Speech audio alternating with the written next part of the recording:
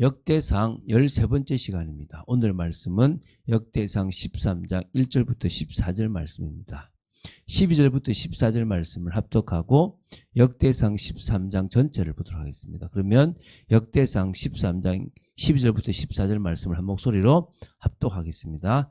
그날에 다윗이 하나님을 두려워하여 이르되 내가 어떻게 하나님의 궤를 내 곳으로 오게 하리요 하고 다윗이 궤를 옮겨 자기가 있는 다윗성으로 메어들이지 못하고 그 대신 가드 사람 오벳에돔의 집으로 메어가니라. 하나님의 궤가 오벳에돔의 집에서 그의 가족과 함께 석 달을 있으니라. 여호와께서 오벳에돔의 집과 그의 모든 소유에 복을 내리셨더라. 아멘. 이게 어떤 내용인지 좀 감이 오시겠죠. 오벳에돔이라 그러니까 좀 되겠죠. 다윗이 이 예루살렘으로 이제 기럇여아림에 있었던 언약궤를 옮기려고 하는데요. 이거 너무 긴 시간 동안 말씀이 사라지니까 이 언약궤를 어떻게 옮기는 것이 가장 정상적인 건지 몰랐던 거예요. 그러다 보니까 자기들 방식으로 그냥 수레 싣고 옮긴 거죠. 그러다 보니까 틀린 방법으로 옮기다가 이렇게 소가 날뛰므로 이제 수레가 이제 막 뒤집어질 상황에 우사가 그걸 만지고, 그래서 그걸 통해서 이제 바로 이제 우사가 이제 하나님의 진노를 받아서 이제 죽어버리는 상황. 그래서 내 같은 존재가 어떻게 하나님의 궤를 메우겠냐, 방법을 몰랐는 것도 모르고, 그래서 그걸 오벳에돔의 집에 두니까 3개월 있었는데 그 집이 복을 받는 겁니다. 그러니까 사람들이 성전과 관계되면 복 받는다고 생각을 하는 거예요. 그게 이제 이 오벳에돔에 대한 건데, 물론 그런 것도 있겠지만 좀 개념을 다르게 볼 필요도 있겠죠. 자, 오늘 좀 정리하는 시간이 됐으면 좋겠습니다. 자, 지금 우리가 다윗에 대해서 계속 이야기를 나누고 있습니다. 다윗에 대해서 이야기를 나눈다면 언약궤와 관계되어 있는 것, 또 그리고 뒤에 성전과 관계되어 있는 부분들을 좀 봐야 됩니다. 왜? 그것 때문에 다윗 언약이 나올 정도가 되었으니까 되게 다윗을 이야기할 때는 꼭 다뤄야 될 거죠. 그래서 지금 역대상 13장과요, 또 14장을 빼고 15장, 16장 요 세 장이 언약궤를 예루살렘으로 안치시키는 그런 과정을 다루고 있습니다. 그 사이 14장은요, 역대상 14장은 다윗 왕국의 번영과 2차에 걸친 블레셋과의 전쟁을 다룹니다. 이게 이제 사무엘 하인은 반대로 나오는데, 이게 앞에 나오고 이 뒤에 나오는데, 이거는 뭐 때문인지 요 사이에 껴놨어요. 원래 역사적으로 이런 건지 아니면은 뭔가 말하고자 하는 것이 있는지는 좀 다음에 보도록 하고요. 어쨌든 언약궤로 다시 들어간다면 다윗은 이스라엘의 왕으로 즉위하자마자 다른 것도 막 처리했지만은 가장 마음에 중요하게 생각했던 게 하나님의 임재를 상징하는 언약궤가 저 기럇여아림에 있으면 안 된다 생각하고 이것을 예루살렘으로 옮기고자 계획을 세웠습니다. 그래서 왜냐하면 이게 여러분 아시겠지만은 블레셋과의 아벡 전투에서 빼앗겨 버렸어요. 그리고 여러 우여곡절 끝에 지금은 한 세기 이상 기럇여아림, 그래서 아비나답의 집에 방치되어 있었다고 보시면 됩니다. 그래서 이제 그것을 옮기려고 하는 겁니다. 그 말은 다윗의 신앙 중심은 여호와 하나님 중심이에요. 그게 언약궤를 통해서 나타날 수 있거든요. 그래서 결국 언약궤가 있고 또 그 성전을 건축하고 싶어하는 마음이 늘 이 다윗에게는 있었다는 겁니다. 그래서 어찌 보면은 역대상 마지막에 성전 준비를 하는 모습들이 이제 나오는 겁니다. 그래서 결국 다윗을 이야기할 때 언약궤 신앙이 아주 있었다. 그리고 이렇게 성전 건축을 하고 싶었다는 부분들을 기억했으면 좋겠습니다. 자, 그러면은 이 언약궤를 옮기는 것은 나름대로 계획을 세웠겠죠. 근데 처음부터 뭐가 되냐? 차질을 맞게 되었다는 거예요. 왜? 언약궤를 운반 책임을 맡았던 우사가 언약궤 손을 대어시켜 죽게 됨으로 말미암아 언약궤 운반이 중단되었다는 겁니다. 그 원인을 사실은 이제 찾게 되니까 이 율법의 규례를 충실하게 따르지 않았다는 겁니다. 그러니까 율법은 언약궤를 운반할 때 반드시 레위 지파의 고라 자손이 어깨에 메어 운반하도록 이렇게 규정하고 있습니다. 이게 출애굽기 24장과 민수기 3장에 나오거든요. 그러나 다윗은 언약궤를 수레에 실어 운반을 시도했다는 거예요. 그건 어찌 보면은 우사가 했던 건지 누가 했던 건지 그 시대에 하나님의 말씀이 잘 전달되지 않은 거죠. 항상 시대마다 많은 말씀들이 전달되지만 원하는 말씀만 전달되고 중요하고 또 필요한 말씀들이 전달되지 않을 때가 있다는 거예요. 그게 사단이 원하고 사단이 바라는 겁니다. 우리는 늘 하나님의 말씀을 우리도 기억하고 또 우리 후대에게 계속 전달해서 그 후대들이 하나님의 말씀을 풍성하게 알고 실수하지 않도록 해야 됩니다. 지금 이 시대에도요. 이렇게 말씀이 선포되고 있는데 후대들이요. 젊은이들이요. 말씀을 안 들어요. 말씀을 보지도 않습니다. 다른 거는 다 하는데 심지어 코인이나 주식도 다 하는데 뭐만 안 한다고요? 말씀을 안 들어요. 나중에 그들이 찾아서 들어야 되고 실수하며 들어야 되는 상황이 생긴다는 거예요. 지금 이 시대처럼. 한 세기가 지났는데 뭐가요? 언약궤를 옮기는 방법을 잃어버린 겁니다. 이게 심각한 거죠.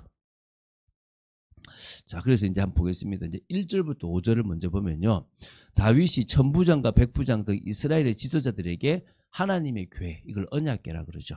예루살렘으로 옮겨올 것을 제안하고요. 또 그들이 그 다윗의 제안을 따르기로 결의하고 온 이스라엘 백성들을 헤브론으로 소집하는 겁니다. 그래서 다윗이 천부장과 백부장 곧 모든 지휘관과 더불어 의논하고 다윗이 이스라엘의 온 회중에게 이르되 만일 너희가 좋게 여기고 또 우리의 하나님 여호와께로 말미암았으면 우리가 이스라엘 온 땅에 남아있는 우리 형제와 또 초원에 딸린 성읍에 사는 제사장과 레위 사람에게 전령을 보내 그들을 우리에게로 모이게 하고 우리가 우리 하나님의 궤를 우리에게로 옮겨오자. 사울 때에는 우리가 궤 앞에서 묻지 아니하였느니라 하며 물어야 되는데 안 물은 거예요. 또 뭇 백성의 눈이 이 일을 좋게 여김으로 이게 지금 올바른 신앙이거든요. 온 회중이 그대로 행하겠다고 한 겁니다. 우리는 신분주의다. 우리는 신정국가다. 우리는 여호와 하나님이 왕이시다. 내가 왕이 아니라 진짜 하나님이 왕이시다. 이걸 주장한 거예요. 이에 다윗이 애굽의 시올 시내에서부터 하맛어기까지 온 이스라엘을 불러 모으고 기럇 여아림에서부터 하나님의 궤를 메어 오고자 할세 이제 되고죠. 이제 이 6절 8절인데요. 이게 이제 옮길 때 막 찬양하는 거거든요. 다윗이 온 이스라엘을 거느리고 바알라 곧 유다에 속한 기럇 여아림에 올라가서 여호와 하나님의 궤를 메어 오려 하니 이는 여호와께서 두 그룹 사이에 계심으로 두 그룹은 여러분 아시겠죠? 이게 속죄소 위에 두 천사 두 그룹을 말합니다. 그러한 이름으로 일컬음을 받았더라. 하나님의 궤를 새 수레에 싣고 아비나답의 집에서 나오는데 우사와 아이오는 수레를 몰며 다윗과 이스라엘 온 무리는 하나님 앞에서 힘을 다하여 뛰놀며 노래하며 수금과 비파와 소고와 재금과 나팔로 연주하니라. 막 기쁘게 예배 드리는데 이제 오고 있습니다. 막 이제 하나님을 높입니다. 이제 이때 이제 심각한 문제가 생기는 거죠. 9절부터 14절 읽어보겠습니다. 기돈의 타작마당에 이르러서는 소들이 뛰물어 갑자기 먼 위로 뛰는 겁니다. 우사가 손을 펴서 궤를 붙들었더니 궤가 떨어지니 궤가 크지 않거든요. 딱 붙들은 겁니다. 우사가 손을 펴서 궤를 붙듦으로 말미암아 여호와께서 진노하사 치심에 그가 거기 하나님 앞에서 죽으니라. 진노를 받은 왜? 레위 지파 아니면 그것도 그 기물을 만지는 제사장 아니면은 이 손대면 안 되거든요. 여호와께서 우사의 몸을 찢으셨으므로 찢어버렸대요. 와, 다윗이 노하여 그곳을 베레스 우사라 부르니 그 이름이 오늘까지 이르니라. 와, 이런 일이 벌어진 겁니다. 여러분, 우리가 하나님의 방법을 제대로 모르고 하나님의 일을 한다고 하면요, 이런 문제가 생길 수도 있습니다. 우리 하나님의 그 모든 원리, 창조 원리, 또 하나님이 일하시는 방법들을 우리가 기억하고 알아야 됩니다. 그래서 그날에 다윗이 하나님을 두려워하여 이르되, 여러분 이게 경외심도 있습니다. 하나님을 두려워하는 게 나쁜 건 아닙니다. 하나님은 함부로 하면 안 돼요. 우리가 아빠가 아무리 좋다고 해서 막 아빠의 수염을 짱봐 당기든지 막 아빠의 얼굴을 때리면 안 되잖아요. 그것처럼 우리가 하나님 앞에 함부로 하면 안 돼요.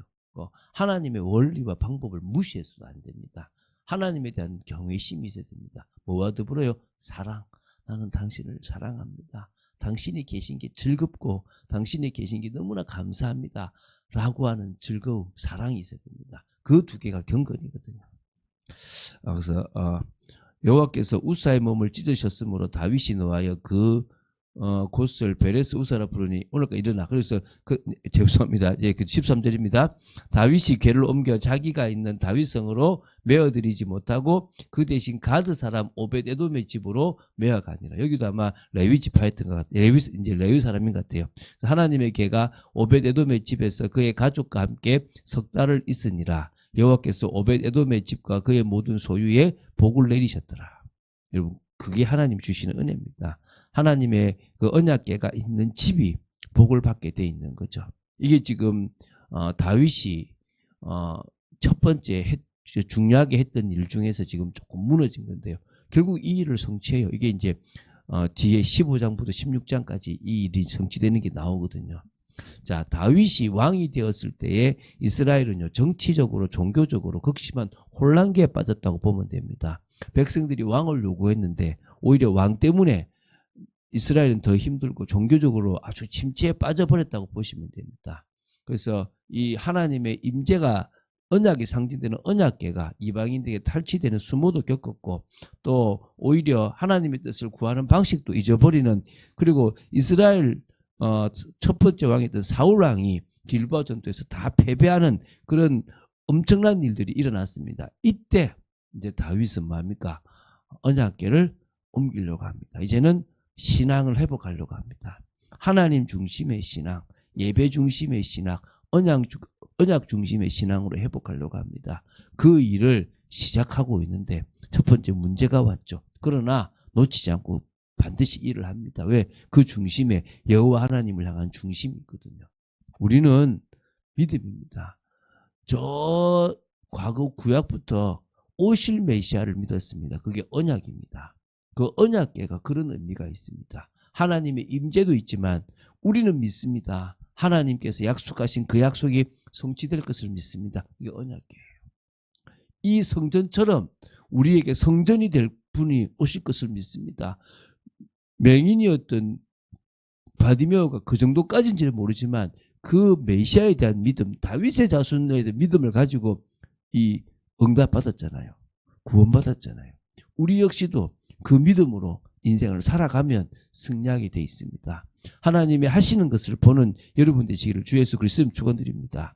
주는 그리스도시요 살아계신 하나님의 아들이심을 고백합니다. 오늘도 저희들이 말씀을 나눌 수 있도록 지키심을 감사하고 이 하나하나 역대상 이 정말 봐나가며 하나님 앞에 믿음을 고백하고 또 오히려 올바른 부분들을 저희들이 알아가는 축복이 있도록 지켜주시옵소서.